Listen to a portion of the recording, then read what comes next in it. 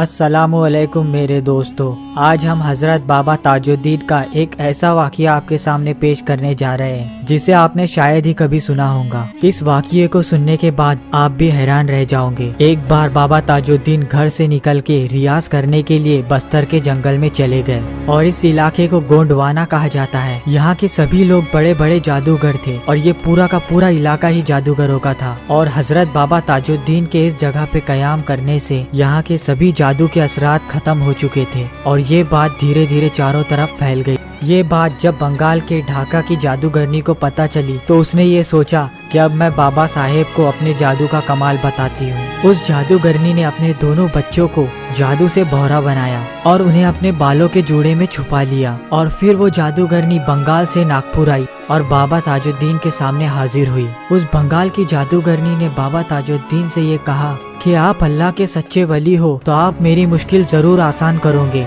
मेरे 2 बच्चे हैं, वो कई दिन से गुम हो चुके हैं। मैंने उन्हें बहुत जगह ढूंढा लेकिन वो मुझे कहीं नहीं मिले।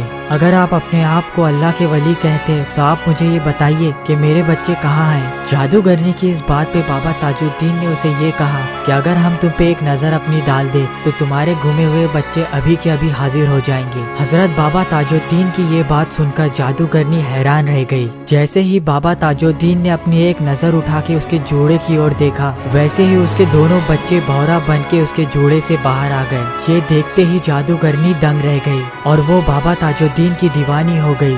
फिर उसने बाबा ताजुद्दीन से अपने इस जादू के लिए माफी भी मांगी तो देखा आपने बाबा ताजुद्दीन की करामात। हजरत बाबा ताजुद्दीन के सामने बड़े बड़े जादूगरों की जादूगरी भी नहीं चल पाई। अगर आपको ये वीडियो पसंद आया तो वीडियो को लाइक और चैनल को सब्सक्राइब जरूर करना।